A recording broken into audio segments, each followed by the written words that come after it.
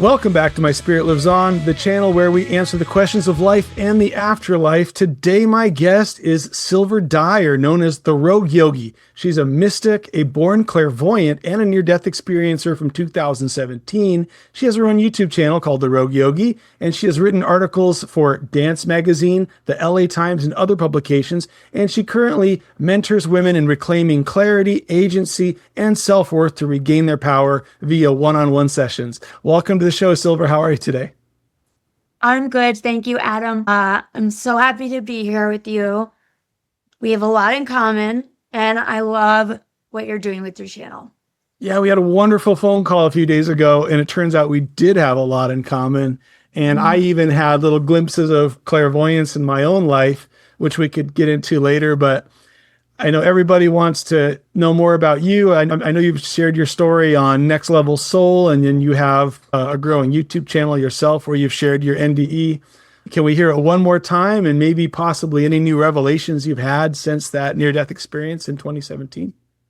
I feel like our bodies are attuned to the divine in their own separate way. And my body at that point knew my marriage was over before my heart was willing to acknowledge that. And so I started getting really ill in pretty much every way that you can think of. I had to go through a surgery that usually only 80-year-olds have to go through. And most importantly, my Lyme disease kind of resurrected and took over.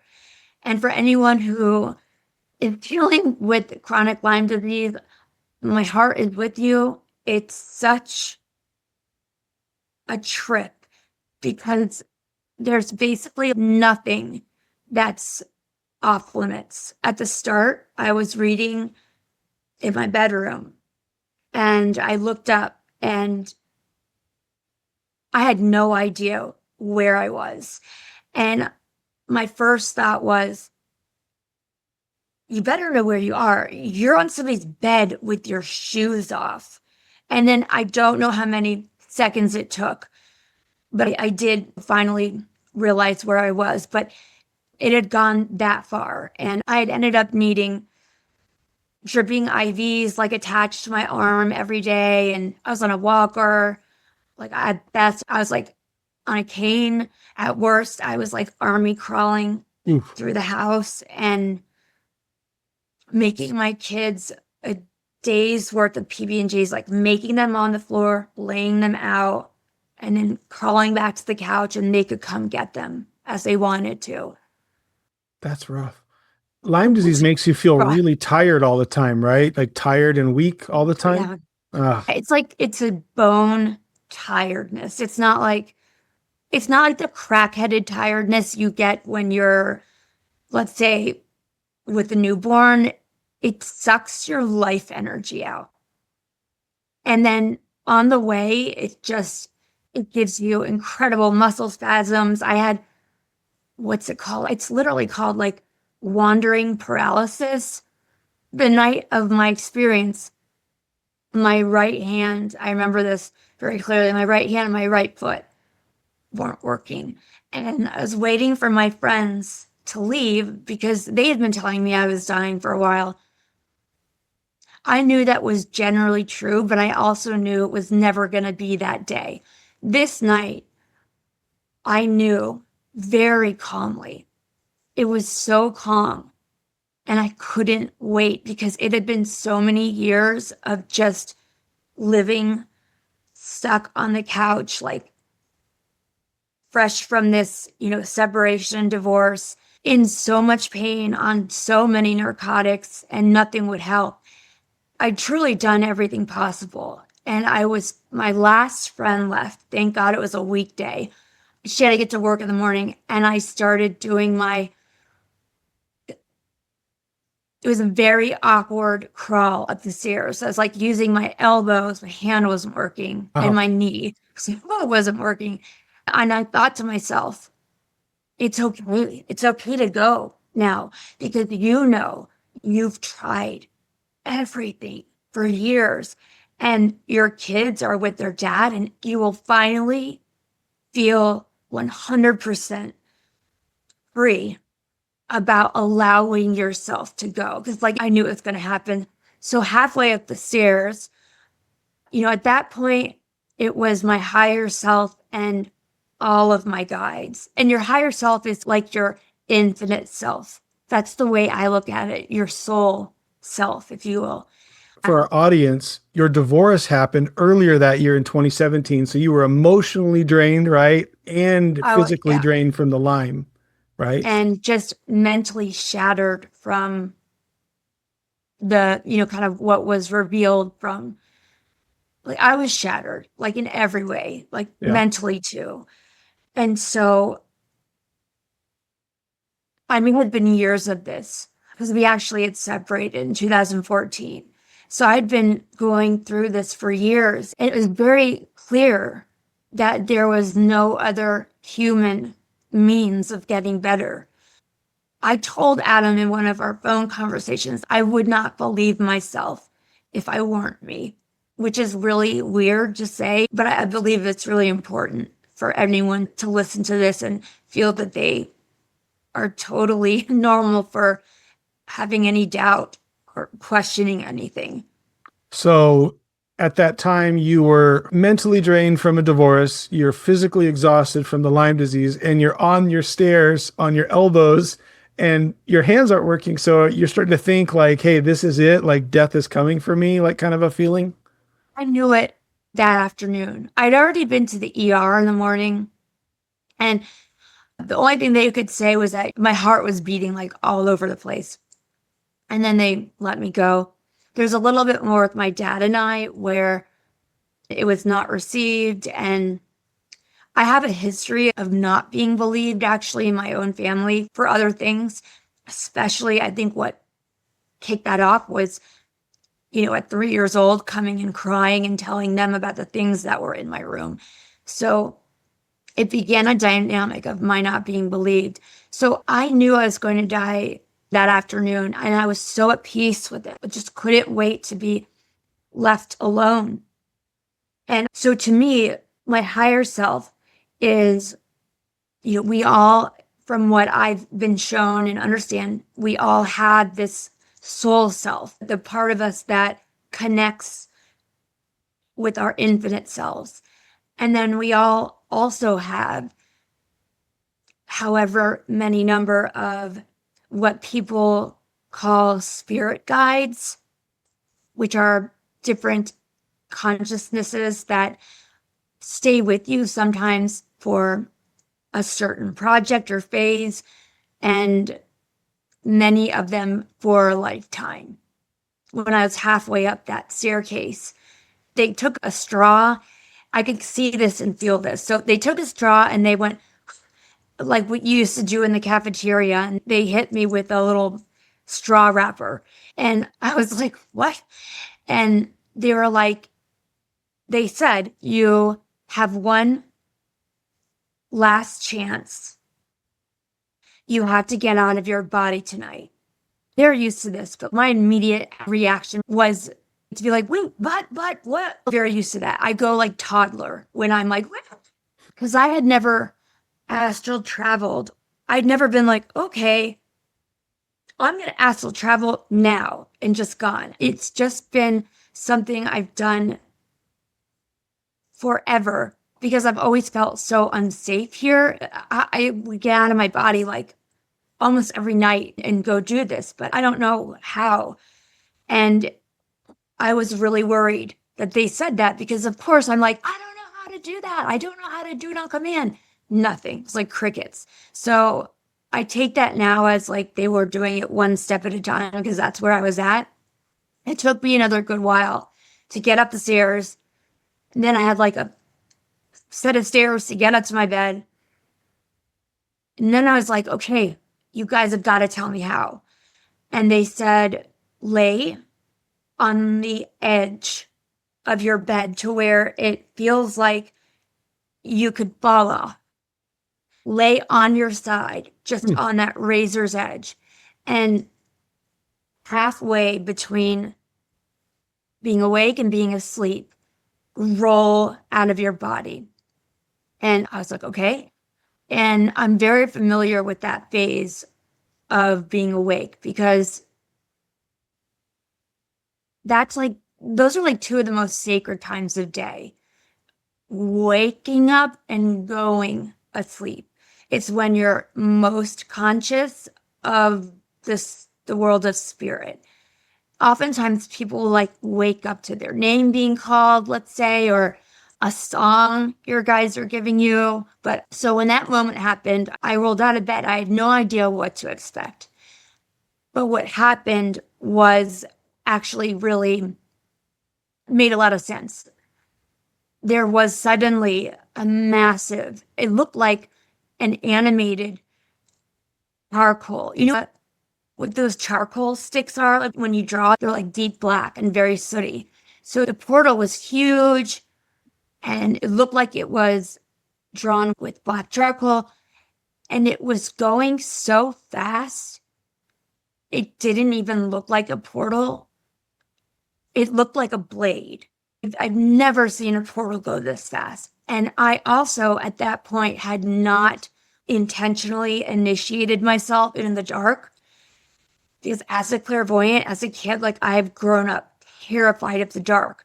So I hadn't done that yet. I had not like become at peace with the dark yet. I was only able to do that after my NDE. So at the time, I was like, what the hell is that? I was like, that does not look like that's not like a shoots and ladder thing I'm like interested in. That looks like really scary. But it was what popped up. And I understand now. I totally understand. That was a train straight to the womb or the void. Wow.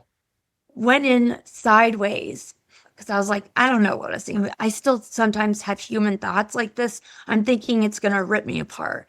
I don't know if astral bodies can be ripped apart, but this thing will likely rip me apart. So I went in like that.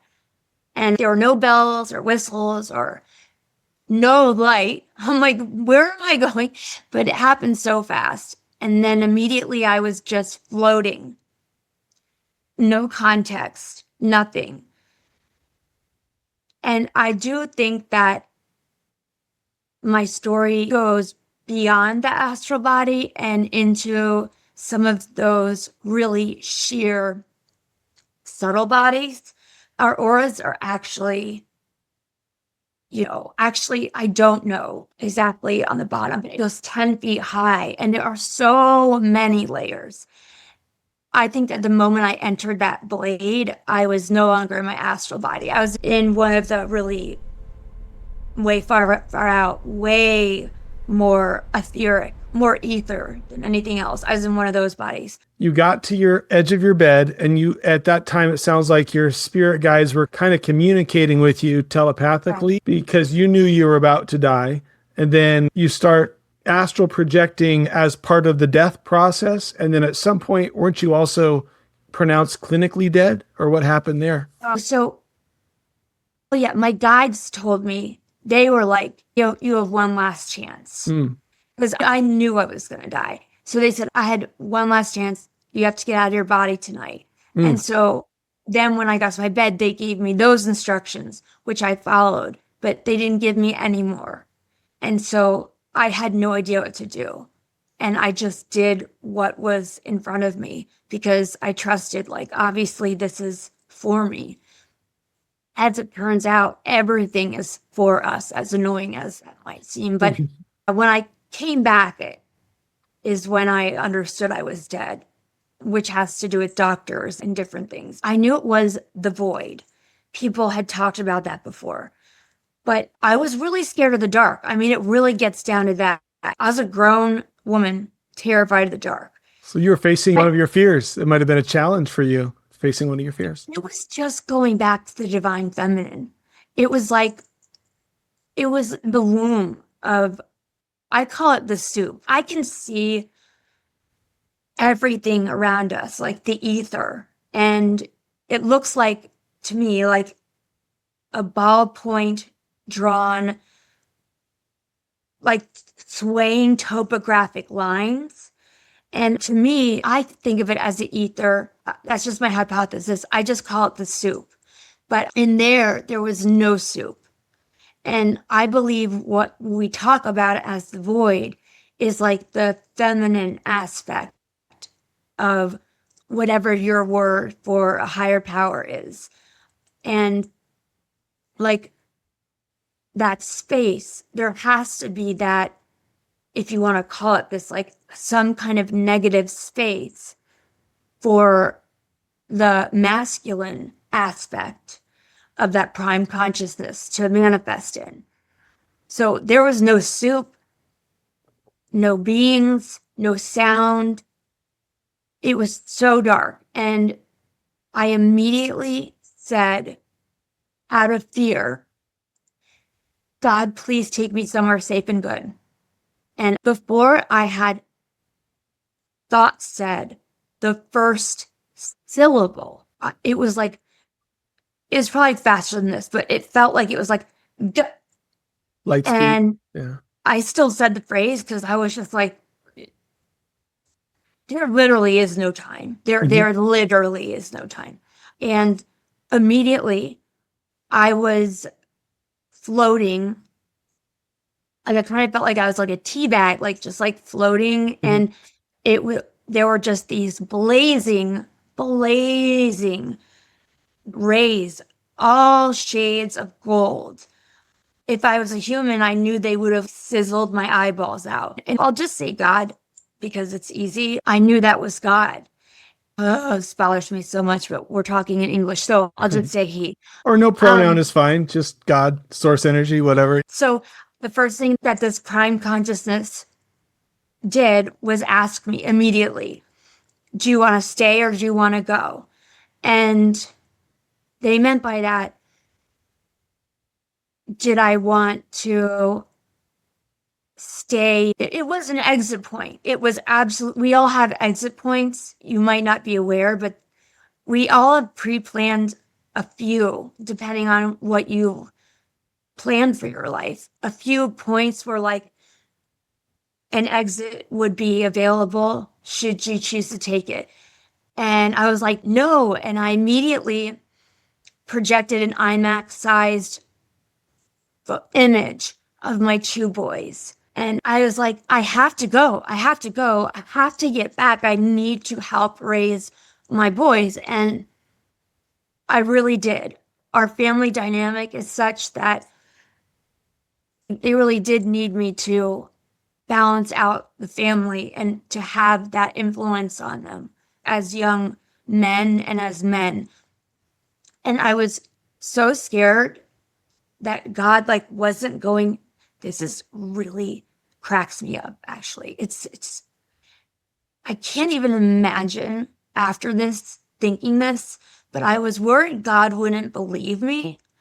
And so I'm like, yeah, words mean nothing. I have to show God. And so all of this is taking place. It's not even telepathy. It's like, imagine a pulse. And that pulse is an emotional package. And it's like, it just comes into like that with the message in it. But it's like emotional imprints, like we're pulsing back and forth with each other. So I was like, yeah, actions over words. I started hand over hand pulling on my silver cord to show God I was like really serious. I promise you, I'm telling the truth. I'm really serious. And I remember doing that so frantically. And then I was thinking, there's nobody who knows where we are. I could literally be in my bedroom, or I could be like infinite dimensions away, and I could be overhanding the silver cord until I'm like already like dead again. Do you know what I'm saying? That was so bizarre. And of course, God believed me. And I do want to say to everyone, the God as I viscerally experienced has only, like, the best way I can describe it, like there's only one ingredient or one frequency. It's like if you cut a diamond in half, and you're like, they're just diamonds. And in that impossible, immaculate love, I had never felt love like that. I had not really felt a lot of love as a human in this lifetime, actually. And so that was, I just can't put it into words, but like I felt so safe and so loved that it actually felt like buoyant freedom. Like I was being immovably held by pure non-human love to the point where I felt like all I wanted to be doing is swirls and swirls, and like I was full of joy. And while I was floating there at one point, right before I did this with my silver cord, and this is something that it may be a little controversial, I had the word for word thought I could have just killed 10 people and I would still be received the same way. With love. And that changed a lot for me about the way I kind of saw everything. Like, just real quick, because I definitely want you to continue. But the Yeah. silver cord thing, is that like your lifeline back to your physical body on the bed? And like your yes. Oh, yes. okay. That's what I thought. Okay. And it shouldn't be broken, actually. It is possible for it to be broken and for, God to actually like kind of hold it together in time for you. It's really strange. That's another story. But so basically, God, like all of a sudden, I was not pulling myself to God knows where anymore. And God gave me the boot over to Jesus. And I was like, what? What? I had a terrible incident with my priest, like at a really young age. Mhm. So I had not kept up with the religion I was raised to be. So the last being on earth I could ever imagine would be there was Jesus. And then not only was it Jesus, and I said that, like I've had this joke where it's like, oh my God, it's always like rich white people Jesus. You know what I'm saying? It's like blue eyes, sandy blonde hair, like crisp white linens, like Mormon just looking Jesus, yeah. super hot. Well, yeah, Yeah, ripped like, abs. just crazy. Like I'm like, and so there was rich white people Jesus, and I was like, you are rich white people Jesus. Like, what is this? I know you did not look like this. Like your blue eyes. I was like, this is ridiculous. Like, what are we doing here? But so I did freak out a little bit about like, why are you rich white people Jesus? Like, I know you didn't have blue eyes. And he like totally doesn't care. And he just reached out to me and he said, do you want to get better? And I don't know why, like the familiarity was like that. And it was like, I had known him forever. So I was like, yeah. And I grabbed his hand and I started flying us through every shade of green you could ever imagine. And if you don't know this, most people's heart chakras are clairvoyantly green. Some people do have some pink as well, but that's more rare. And Archangel Raphael, who is his assignment with us is to help us heal. And his color also is green.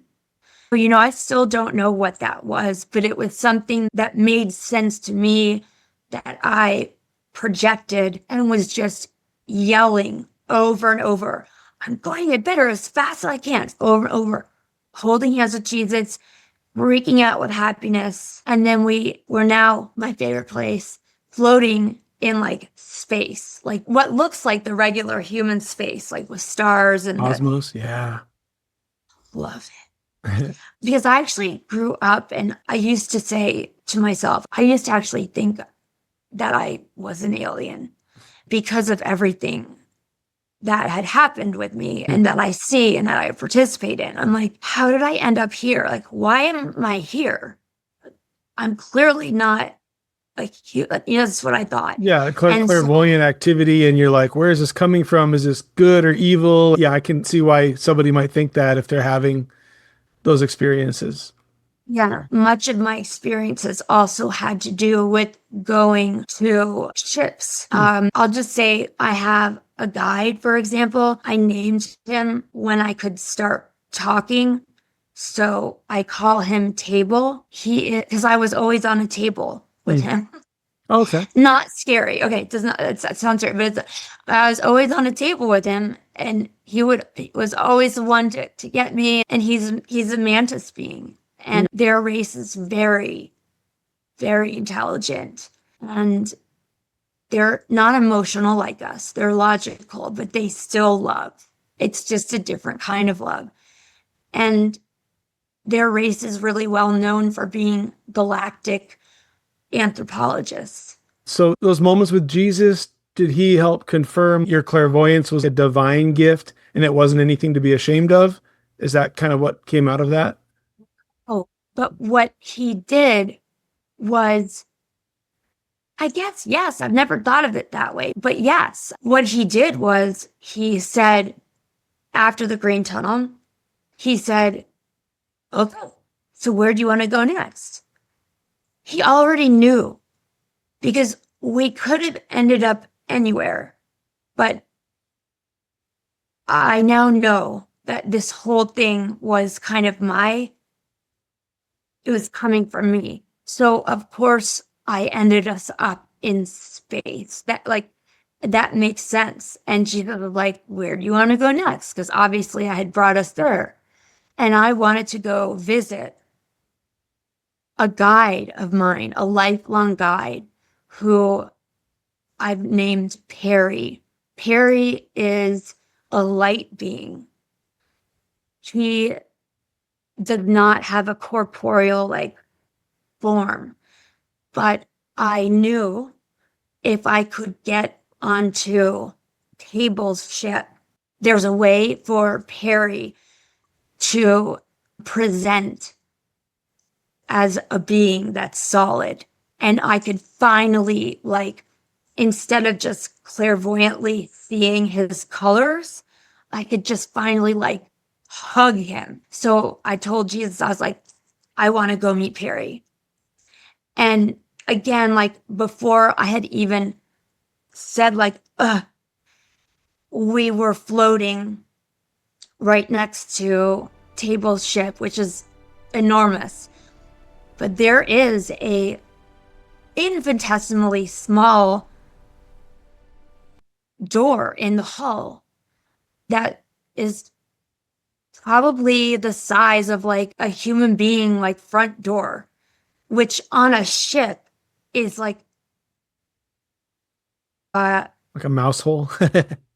literally smaller than that. And so he took me there, and you would never know it unless you were right there. You could see the fine line. But right beside it, there was this plaque that was probably like this. And it was etched in whatever metal that was, all these symbols. And rather like we do with boats, often the boat will have a name and then the port from which it came. This plaque had all the information about their starting point, their mission, what kind of races or species, I don't know how you say that, but were inside, what their mission was, what they were doing. It had everything, like a coat of arms. And it was for me to double check with Jesus, yes, this is the right ship. And then she took off, and I got to go in to the ship, what looked like a 1950s NASA gift store. It looked like I immediately went into there. And I was like, oh my God, this is so cool. But I was like, where's Perry? Where's Perry? And then half the room away, I didn't know what he was going to present as. I'm very open. I don't think anything scares me at this point.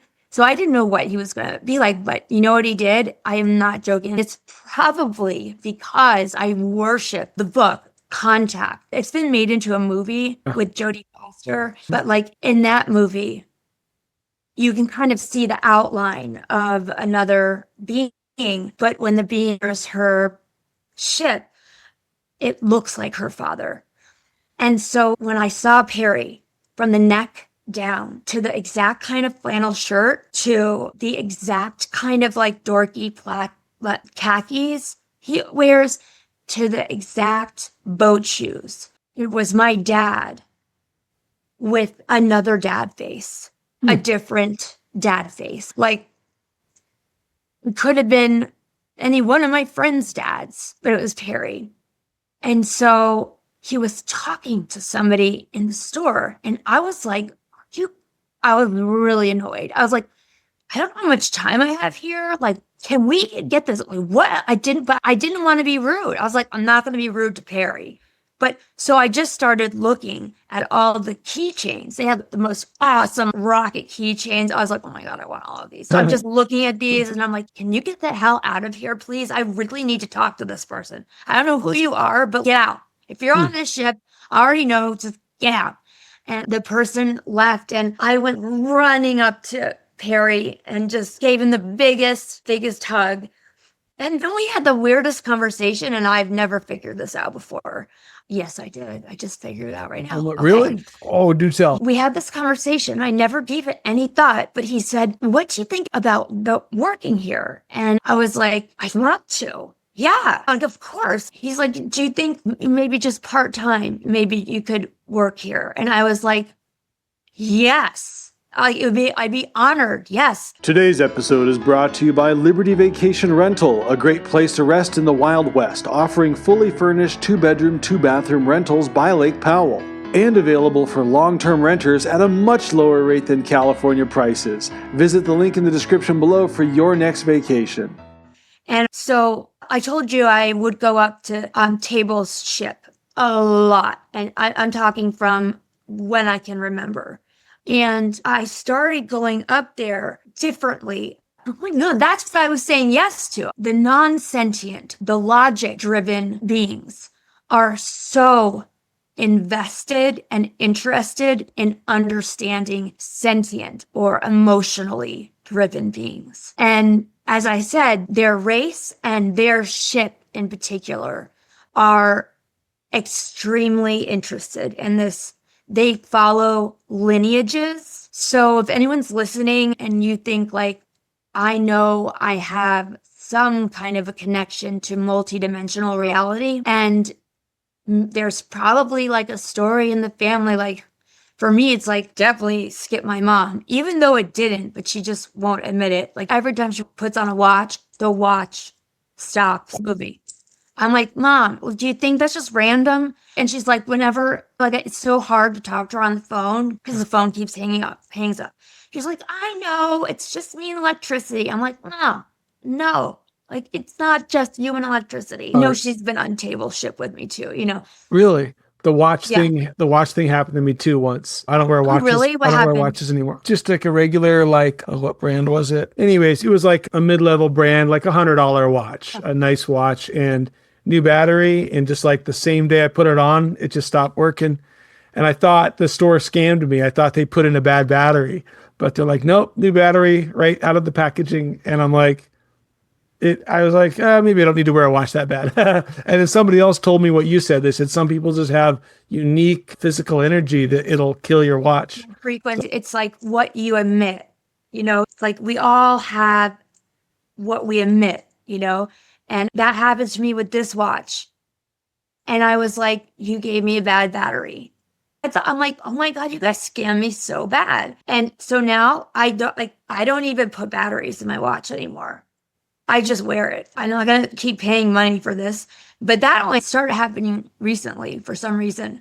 When I started working for Table, it almost looked like a surgeon's gallery where the room was all white, just a pure white room, and all of these large windows kind of slanted in with everyone who is helping with the experiments watching. And before I do this, I go to a wall of technology. I am really not technical, so I don't even know how to explain this. But the one part I can explain is I always get to choose my partner. So I'll like scroll. I like never, I don't know. I would love to know why I pick who I pick, but like when I scroll, it's like that person. And I just, So this is like a wall of like life planning and soul contracts. it's more technology. And this wall of technology is specifically for the experiments they're doing with the sentient beings. And so table allows me to feel, I guess as comfortable as possible. Like I'm allowed to pick who I want to do the exercises with. And it'll be potentially something really simple. But what they'll do is, let's say, for example, I've actually done this exercise with both a man and a woman, but it'll be like, okay, I want you guys to do this man breaks up with you. And I basically acted out. I never told you this, but I've always adored acting, like through and past college. So I know you've been an actor, so it's kind of interesting. Yeah. But we would emotionally act that out. And then Table would always say, okay, awesome. Now I want you guys to switch roles. And I'd be the one to break up with the person. And they'd be measuring stuff like I don't even understand. And that's like how they get their data, like to understand more. Oh, it's super interesting. That's reminding me of my interview with Aaron Green, and he talks about the soul contracts and how you reverse roles in different lifetimes, maybe even have a different gender in a new lifetime, and then the soul contract is kind of reversed. You do to someone what they did to you, all that. Yeah, absolutely. And this is the best lesson I ever learned. I learned it from Wayne Dyer, who has passed away now, but now is one of my guides. Great, yeah. I love him so much. But he would say, and then I experienced this, and I was like, whoa. He would say that we should be like, thank you to our worst enemy because they are our greatest teacher. This is literally how, it took me 4 years, but this is how I recovered from my divorce. My divorce was like a movie like that times like 3. My guides, I knew what Wayne had said, but then my guides showed me in meditation that before we come in, it's basically a group huddle of all cast members of each other's lives. Soul tribe, I'm sorry, is that also called soul tribe or like soul family? Yeah. And this is done, God knows how long, because my children had already picked me as their mom. I was just going to say, I've heard this from Aaron Green and a few others. I think Dr. Eben Alexander mentions it. And it's like one of the craziest, hardest things for someone hearing this the first time to accept it.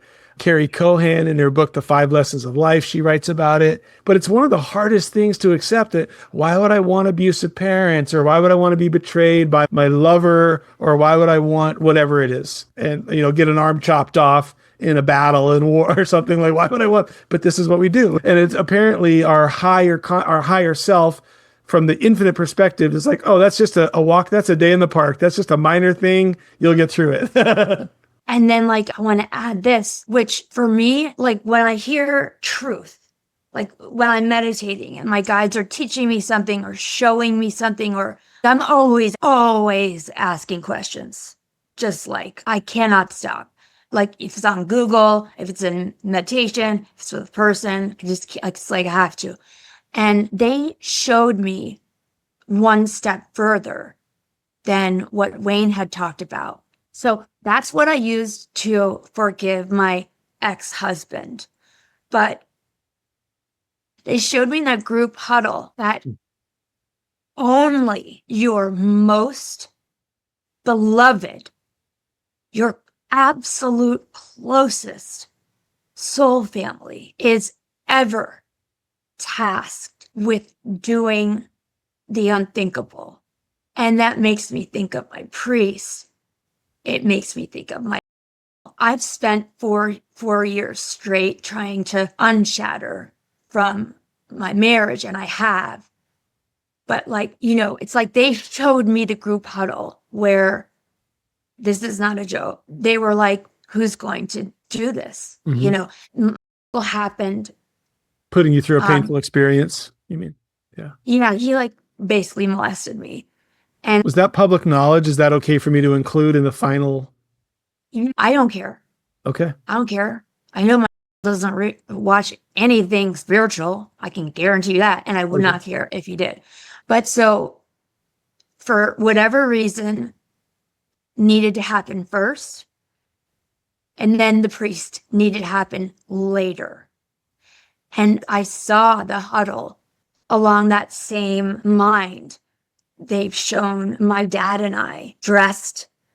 This is symbolic. They do a lot of symbolism. So if anything sounds like kind of stupid, it's because like basically everything's symbols. But they showed my dad and I dressed in the exact same way in this very unique, it looked like royalty, but galactic royalty. Okay, the kings wear like the crown and they have their like headdress or tiara or robe. Yeah, kind of like a robe with this thing. And we were dressed exactly like, and we were like snuggled up with each other and like giggling. And I'm like, oh, that is stomach churning. It was all during the soul family planning thing. And they're saying like, oh, we're going to hurt you like this and that. It's going to be so much fun. Well, yeah, but like in spirit, you don't see it as right or wrong. It's not, no, because it's all things that we're planning out for each other and how they're going to interlock. And again, like I said, say someone, worst case scenario, like was murdered. That would be in spirit, in the real world. That would be whatever that looks like as their absolute closest soul family.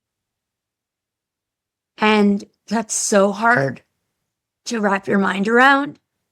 But when you look at it from that viewpoint, it makes complete sense. Listen, I wanted to explore the theme. It's always an emotional theme.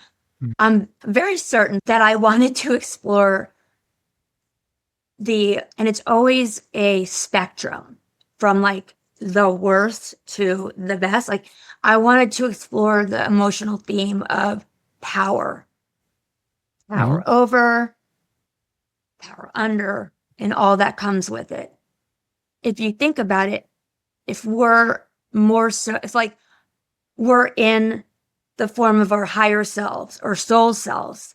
If my soul family member wanted to go explore something like what I did, which would bring in a lot of trauma, you bet I would want, if you think about it like that, heck yeah, I want my soul family close best friend to be the one handling that.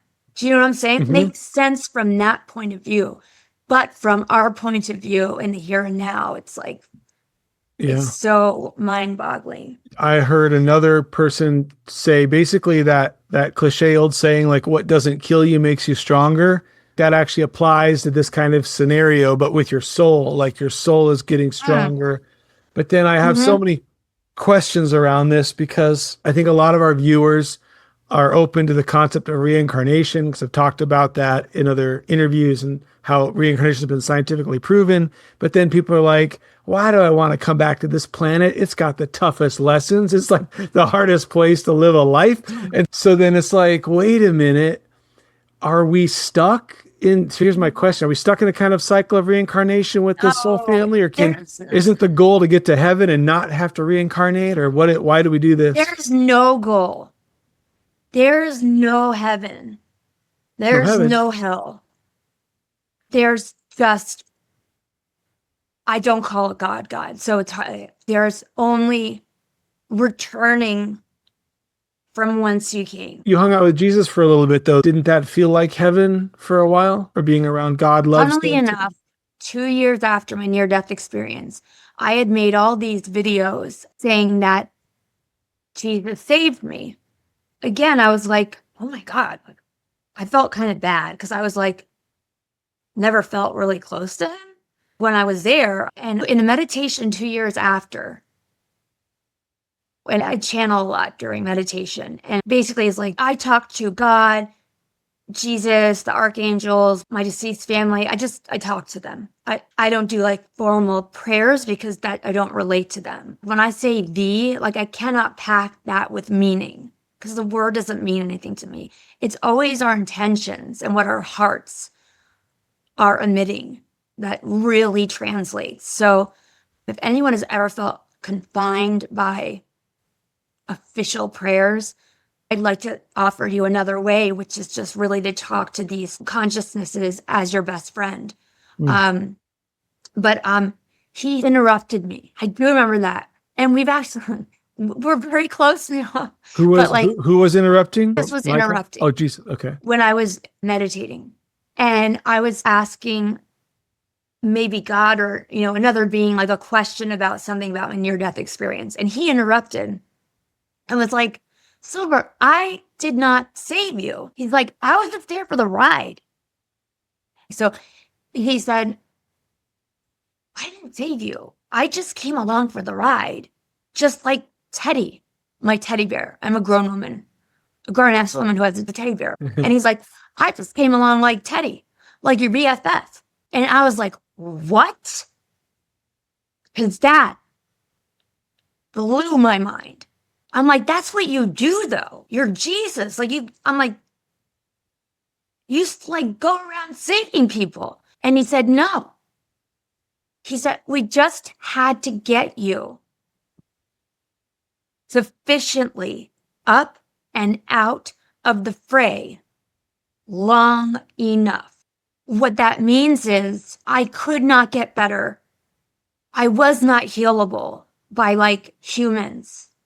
But when everything conspired to get me that far up and out of the fray, when I grabbed his hand and like we flew screaming through the green tunnel, that was me remembering what I truly am, which is part and parcel of God. And in that state, it was a no-brainer. Healing myself, really embodying in that moment, knowing that the biggest takeaway I had for my entire 2017 NDE was that I am God. I'm just like a little God spark. And that one like kicked up my old school Catholicism guilt. And I was afraid to even ask about that because that whole hubris and sacrilegious stuff came up. And I was like, am I going to get like struck down by saying like, it's true? Like, am I God? Because I don't mean it like I'm God. I mean it like we're God. Yeah, McDonald, I just talked to, Bill McDonald says that too. He says you should phrase it as the we, because the I sounds kind of egoistic, and then the we is all-inclusive with us. Yeah. I mean, I get it, yeah. Literally everyone. It took me 2 months to be able, and I was so scared. And of course, that like, I also preemptively gave like a probably 15-minute, I'm so sorry if this isn't true, prayer speech before I asked, because I was like, this would be a thing where somebody would get smited or something. So when I was free of all of this and just my spirit, just my truth, just me, the real me, little spirit, this piece of God, I healed myself. I woke up I sprung out of, it was like, I woke up and I was, oh my God. And the first thing I did for 3 hours, I didn't do anything except write everything down. It took me like 3 hours. I was like, I am not missing one breath of nuance of this entire thing. And then I swung my legs over the bed. I saw my cane just like propped. I kept my cane upstairs, my walker downstairs. It was like standing up against my nightstand. The first thing I saw was right across the wall from me, like maybe like 4 feet in front of me, was a picture I have that says, she remembered who she was and the game changed. That's the first thing I saw. And I was like, whoa. Mm-hmm. And then I looked at my cane and I knew. I literally just went doink, doink, and thanked it for its service. I literally just patted on its head twice and was like, thank you. I shall not be needing you anymore. Wow. And I jumped out of bed and I was like, oh my God. And I ran the stairs on 2 legs. I was like, what? Wow. And I had to go to this, they were going to start chelating my blood because it was just like pure iron for some reason. I have no idea. That was like a couple days after my near-death experience. And the doctor walked out and he couldn't have to talk to me with this paperwork. And he was really like confused. And he just told me, he's like, I don't know how to explain this to you, but you do not have any iron in your blood at all. I was in really bad shape. Previously, it was too much iron. It was an excess. I had so much that we were going to start the chelation process, which I'm not even sure what that means. I never got to it, but I knew it had something to do with somehow they're able, I don't know if it's through blood transfusion. I think it's like they take blood out and put blood in. I don't know, but I think that's what it is. But he's like, your iron is gone. And I was still freaking you got a out. healthy amount of iron because a lot of women are iron deficient, right? Oh yeah, I had so much iron in my blood. It was That's why you're so lethal. tired all the time. Yeah, wow. Okay. And yeah, the Lyme and that much iron for sure. It was all gone. And I was like, I know why. I died and I had near-death experience and everything's gone now. I was still like freaking out about it. And he never said anything to me because he didn't know what to say, I think. And I was like, well, thank you. I was like, bye. And I was like out of there. I was like, I'm not coming back. So that was pretty cool. Can I ask you? Felt good. Yeah. One detail from your story I didn't want to leave out. You mentioned you met God, love, source energy, then Jesus, and then some of the spirit guides or light beings. And somewhere in there was Archangel Michael.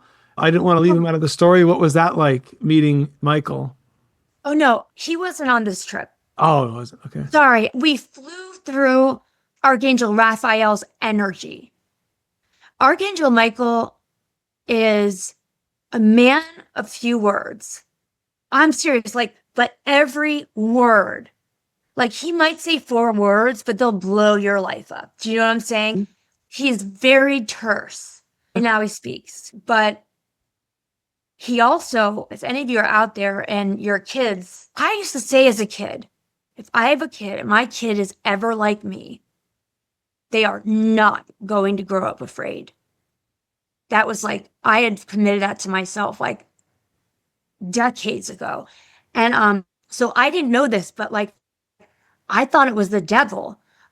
When I would walk around every day, like a toaster-sized rectangle of opaque dark red, and it would be like, if my head's like this, like this microwave would be like right there all the time, every day. I'd be like, oh my God, oh my God. And because my only resources were like cartoons and church, because like my parents had told me to never talk about it.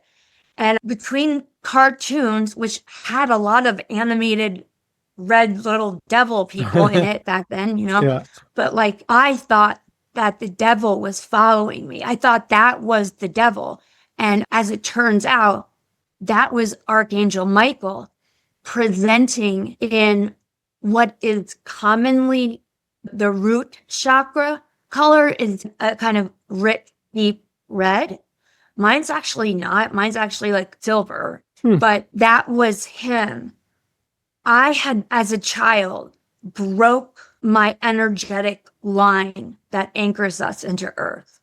I was so terrified. The only time I felt safe was when I was out of my body and alone, and you know what I'm saying, like nothing could hurt me.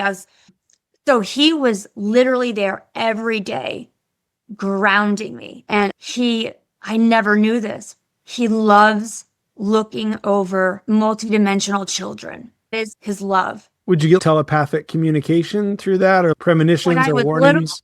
No one talked to me. I think they know, because if I started going like that with messages and stuff, I think my parents would have put me in a hospital or something. So I only started being able to channel with all these beings like maybe like 10 years ago or something. And all before this, it was only stuff. I knew stuff by what I saw, by what I felt, and claircognitively, when something just suddenly, like you said earlier, you just knew.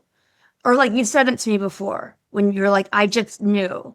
And that's like claircognizance, when it's almost like somebody drops a little message, just like thunk right into your head, and you're like, oh. When I did like the little mentalist party trick we talked about. Actually, it's something else. It was something else you said. We were on the phone, and you were like, I just knew, and I don't know how. Oh, and someone from my church had died, and I pulled in the parking lot.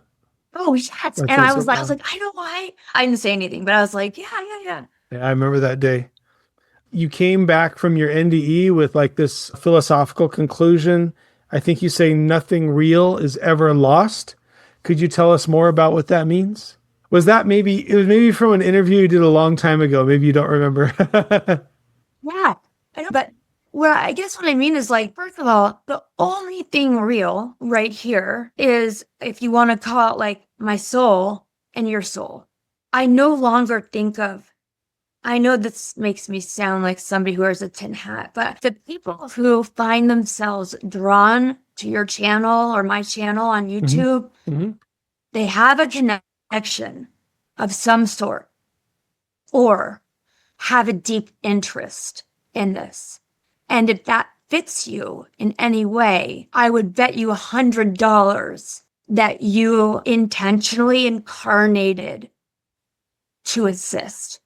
There are many, many souls who are just continuing to evolve their souls, going through different planets and in different dimensions. You're saying me personally, I came here to assist? Yeah, I mean, you too. Like, I think you're like, totally. Why would they ever, like, people are like, why would they ever come back here? Like, and it's like, we chose to come here to be of service. Yep. That's why we're here. I've had numerous confirmations. So I think we had talked on the phone, I went through my midlife crisis. Major negative events happened to me in the last 3 or 4 years.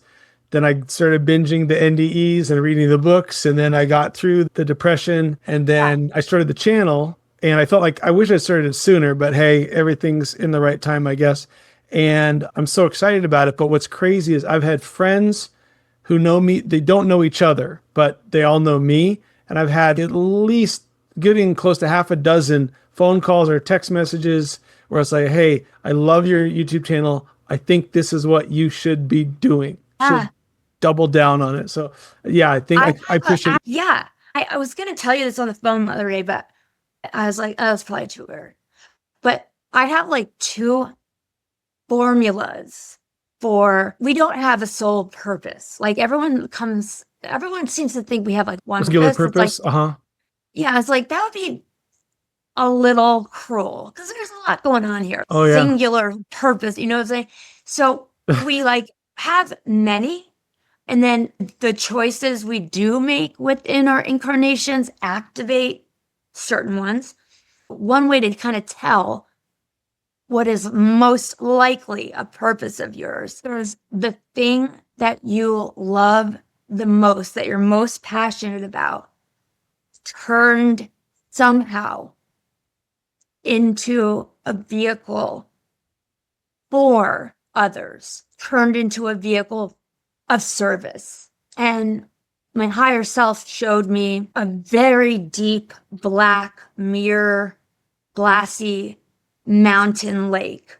And she was the first one to say, stop running. You are meant, like, spiritually built, like frequency wise, which I didn't know. But I'm meant and built to hold all of the trauma. And then she showed me there was a woman standing to the side, and then I was there, and I had a little tin mug, and I'd been talking to that woman, and I went to the lake, and I dipped my mug in, and what I got out of that particular mug was the perfect medicine to give to the woman who had come to me for help. But that's one way of thinking. I do want to say, like, one thing, you have not missed your purpose, because we do not have one. We have many. We like have an array. Now, there's definitely going to be a theme that you committed to, which is heavily going to activate some for sure, but there's a lot others that get activated in other ways. So just for anyone who's worried about that, it's like nothing you have to worry about. It's already happening in some way or another. And also, I want to say it's usually not your vocation. And so please don't think if you're like a banker or, I don't know, like a construction worker or a Airbnb host, whatever, likely and usually, just kind of like usually has nothing to do with how you earn income. So please also don't think, I'm not a nurse. Oh no, I'm not a teacher. It's like, you don't have to be. In my case, like what made my main income source, I started feeling more and more empty and not fun and drudgery. And that was like you being like, let's move on. Well, the universe actually did something when I was going through a midlife crisis and all these speed bumps to take my income source away from me. And I was like butterflies in my stomach for 2 months. And I had to forgive someone where there was a misunderstanding, and there's nothing I could do about it.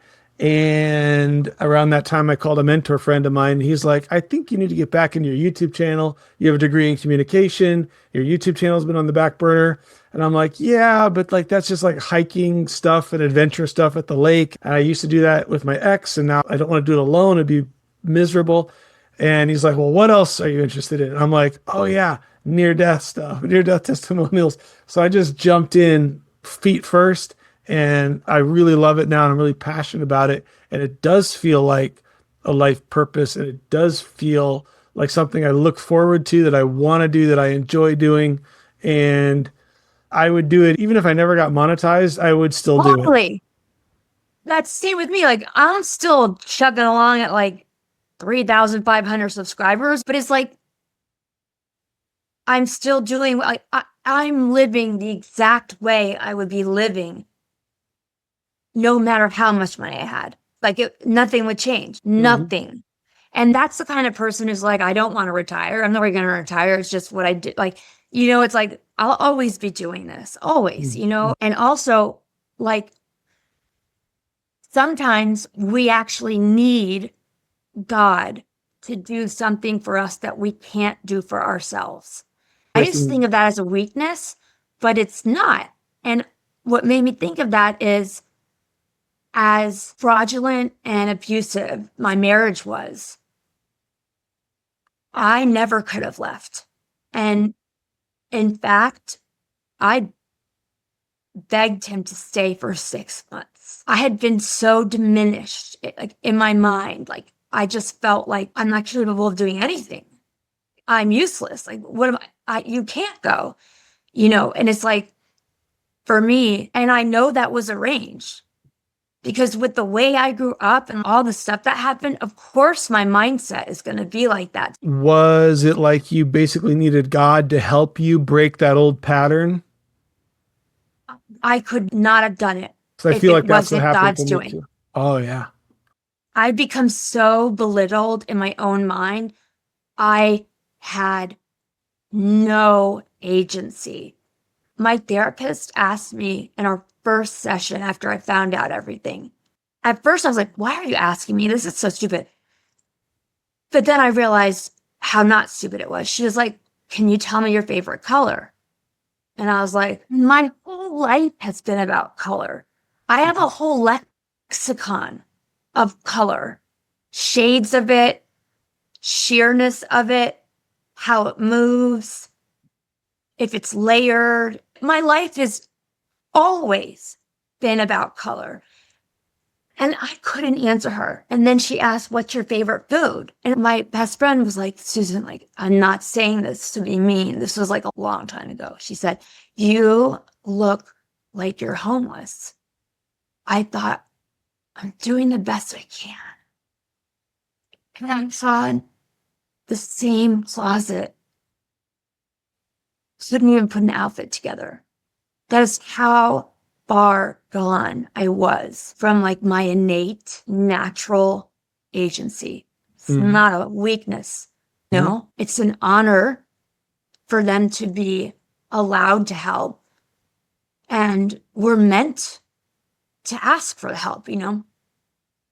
Yeah, I'm starting to see it that way. Like if I was just on my own, I would still be in my old patterns. So I kind of needed certain hiccups to happen, which were very upsetting at the time, but it broke the old pattern. And part of me kind of wanted the old pattern to come to an end. Yeah. And it's like God's providing, I'm still paying my bills, but at least I have like a new mission and a new purpose. Is there anything else you'd like to share as we get close to wrapping up? One quick thing from women I've worked with.